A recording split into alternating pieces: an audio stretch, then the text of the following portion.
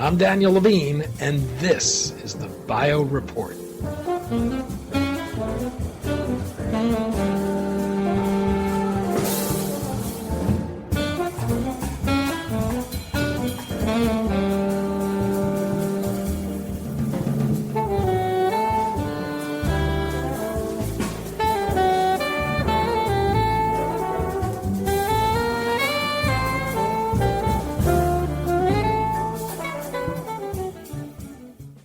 The HGF-MET neurotrophic system plays a critical role in the maintenance and repair of connections in the brain.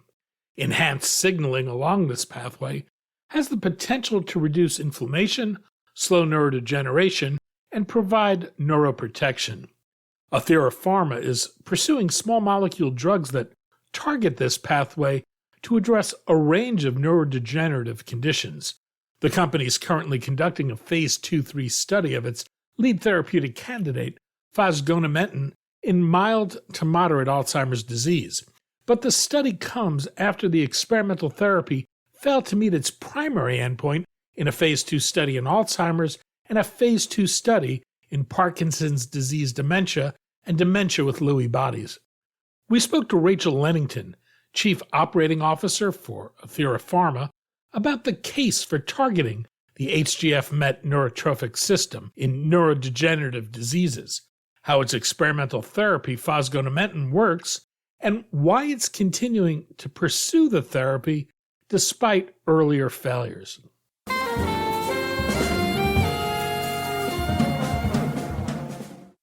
Rachel, thanks for joining us. Thanks for having me, Danny. We're going to talk about Alzheimer's, Athira, and its efforts to develop a treatment for Alzheimer's and other neurodegenerative diseases. Let's start with Alzheimer's, though. How big a need is there for new therapeutics? There's a huge unmet need today. There is definitely a need for new therapies.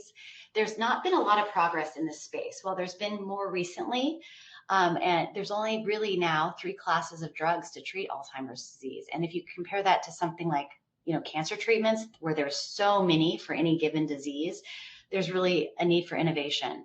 And in today, 6.7 million Americans are living with Alzheimer's. Given the need and the investment we've seen in this area, why has this been such a difficult disease to develop new treatments for? That is a really good question. And having worked across many therapeutic areas in my career, I am struck by how hard neurodegeneration is and how hard this space is. Memory and cognition and activities of daily living, just who you are and how you work, it's a pretty subjective situation. And some of these measures that are done are very subjective. These measures of cognition, these measures of activities of daily living. And so they're pretty variable, and they require long and big studies to see differences. I think that's been part of it. I think there's been a lot of advancements in biomarkers lately, and it's making a big difference and making it a little bit easier to study. And if you think about the recent approvals, these anti-amyloid beta antibodies, they were able to get their first approval because of reduction of this measure of amyloid beta itself, rather than the cognitive and activities of daily living measure. Later, they came back with bigger studies to prove that. But I think advancements in technology have helped this and are going to make it easier in the future as well. Most of the focus on drug development has been around beta amyloid and tau. How problematic has that been, and how much of an extent is the issue at which we're actually treating patients? Are we just getting them too late in the progression of the disease to have a meaningful effect?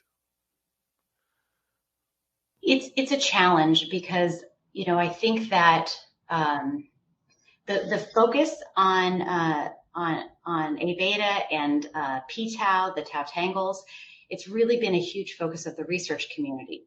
And it makes sense. It's been hard to tackle, but it's also sort of excluded different approaches. And so I think that what we've seen, even with the studies that have read out, the very large studies, for instance, from AZI and Lilly, is that patients are still declining. So while they may be clearing the amyloid, they are not, it's not curing the disease. So clearly more is at play when it comes to Alzheimer's and dementia and neurodegeneration than just the A beta and the p-tau. What would you say the case is for new approaches? Well, I think there's lots of components of these diseases, right? That the protein pathology is one, but there's also inflammation, there's excitotoxicity, there's a whole variety of cascades that kind of create an environment around the neuron, which is really, this is about the neurons and the disconnection that happens. So there's a case to be made that other approaches that kind of tackle other elements of this cascade can really make a positive difference. And eventually it may be that those are in combination. Again, if you think about cancer therapeutics, there's a lot of combination therapy because it's not just one thing, it's many. And I see that as a future for this field as well. Athira is focused on the HGF-MET pathway and developing modulators that could enhance the activity of this pathway. What does this pathway do, and what is it implicated in with regards to Alzheimer's disease? The HGF, the neurotrophic HGF system has been researched for 30 years, and it definitely there has been an understanding that has a sort of multimodal effect. And it is a signaling system, so it is activated, and it promotes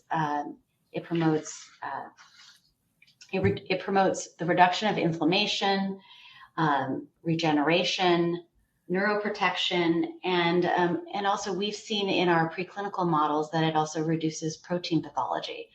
And so it really is a natural system that your body is using every day.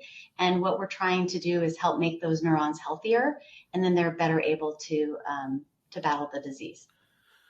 As you think about structuring a clinical trial for a drug that targets this pathway, are there challenges in doing that? Would you use the same endpoints that would be used in any Alzheimer's clinical trial? Do you have to think differently about the endpoints? So one of the things to think about, first of all, is the patient population. So the recent studies in Alzheimer's have been in this earlier stage of the disease, mild cognitive impairment or mild AD. And those studies have been 18 months long, 1,800 patients in duration, because those patients are declining, but declining very slowly. So one of the things that we very intentionally did was pick a more advanced population. So mild Alzheimer's to moderate Alzheimer's disease. And actually that's where 85% of patients are diagnosed today. And so that's really where there's an unmet need. And those studies, historically, those studies in this patient population have been 6 months long, so they're a little bit shorter. And then the measures that you're using are cognition and function. So cognition is measured by a measure called ADAS-Cog, and then function is measured by a score called activities of daily living. So we designed our phase 2/3 LIFT-AD study that's ongoing right now, and we'll be reading out in the second half of 2024. We designed that study with that in mind. So 6 months duration, a measure of cognition and function, because you want to improve both. Your lead experimental therapy is fosgonimeton. What is that, and how does it work? So fosgonimeton, or Fosgo for short, is an HGF positive modulator. So it upregulates the HGF signaling system so that, again, it can help reduce inflammation, promote neuroprotection, potentially reduce protein pathology, and generally create a healthier environment for your cells. Your phase 2 study failed to reach statistical significance in the primary endpoint. Can you explain what endpoints you used and why the company found reason to push forward despite that data? Thanks for the question. The Endpoints used in that small 77-person study was actually a electrophysiology endpoint. It's called ERP P300 latency, and it is a measure of brain processing speed. We had used that in our phase 1 study, and we'd seen some remarkable effects. And we thought this would be a nice way to more rapidly translate what we were seeing in the phase 1 into some type of phase 2 and get a sense of how the drug worked. So it's not a typical Alzheimer's endpoint, actually. It was more of a translational tool, and it's one that we realized works better in a single site. It still has utility, but maybe not when you take it to multiple centers. So that was part of the reason so that was the endpoint. What we did learn in this study, and that's the thing with clinical research, it's never really a straight line, was that we appeared to have an interaction with another drug that many of the patients were taking. In the group of patients that were just on Fosgo, we had a really nice effect on cognition as well as function.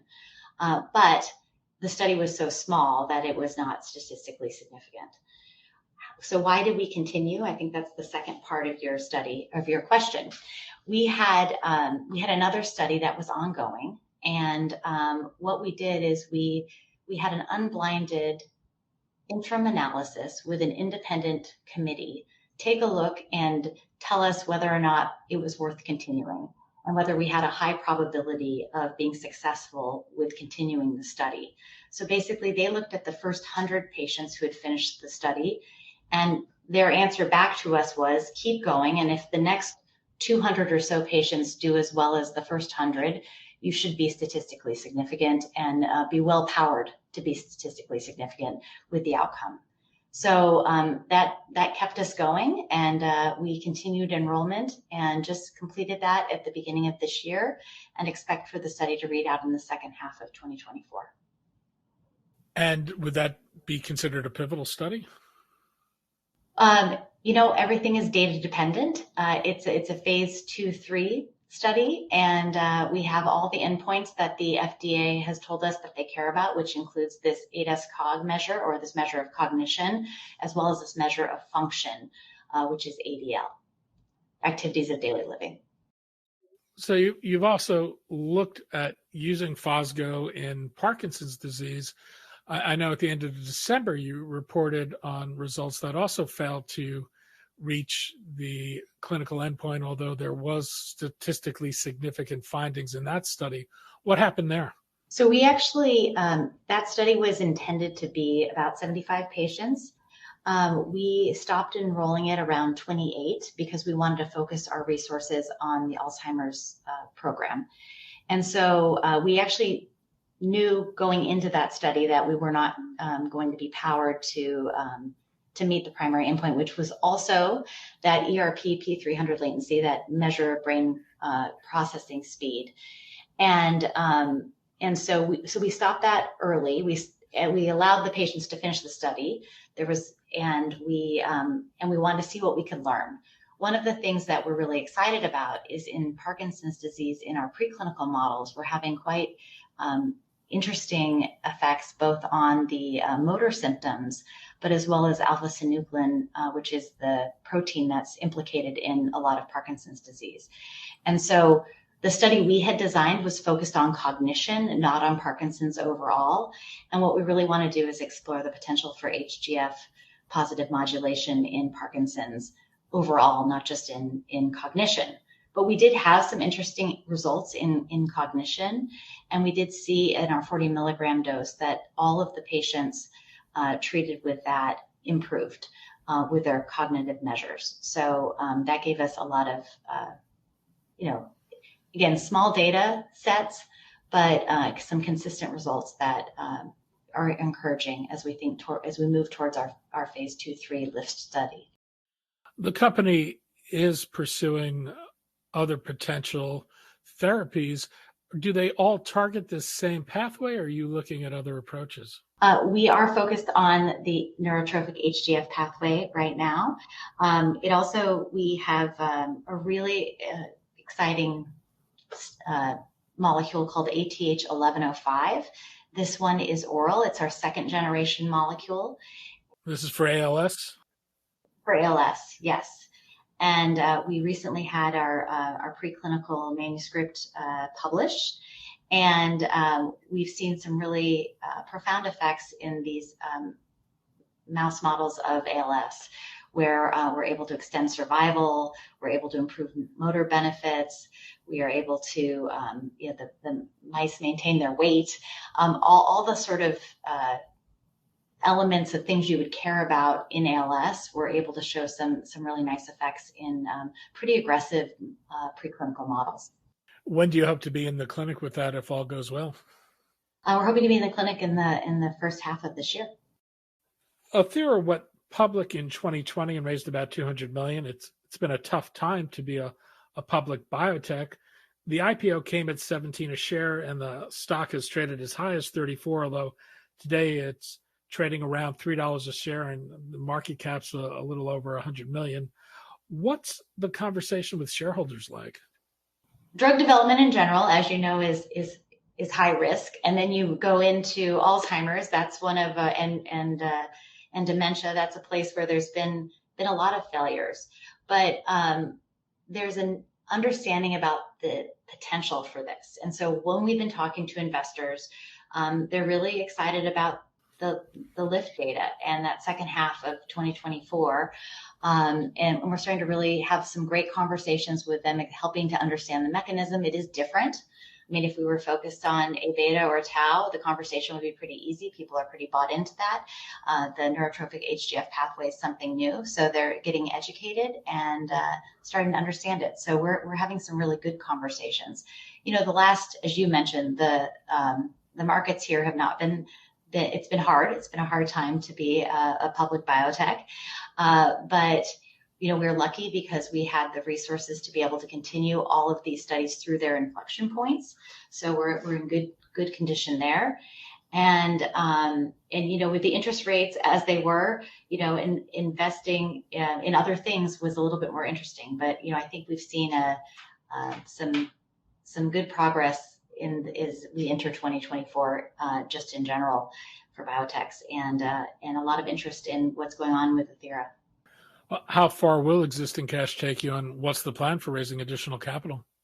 Yeah, we haven't commented on how far it will go, but we do have $150 million approximately at the end of last year, and so we're in a good position to read through to LIFT, and then and to go beyond it. So we have money to take us there, and obviously we will at some point raise money. You know, there is opportunities to do that through the public markets, through partnering, and we're exploring all options. Rachel Lenington, Chief Operating Officer of Athira Pharma. Rachel, thanks so much for your time today. Thanks, Danny.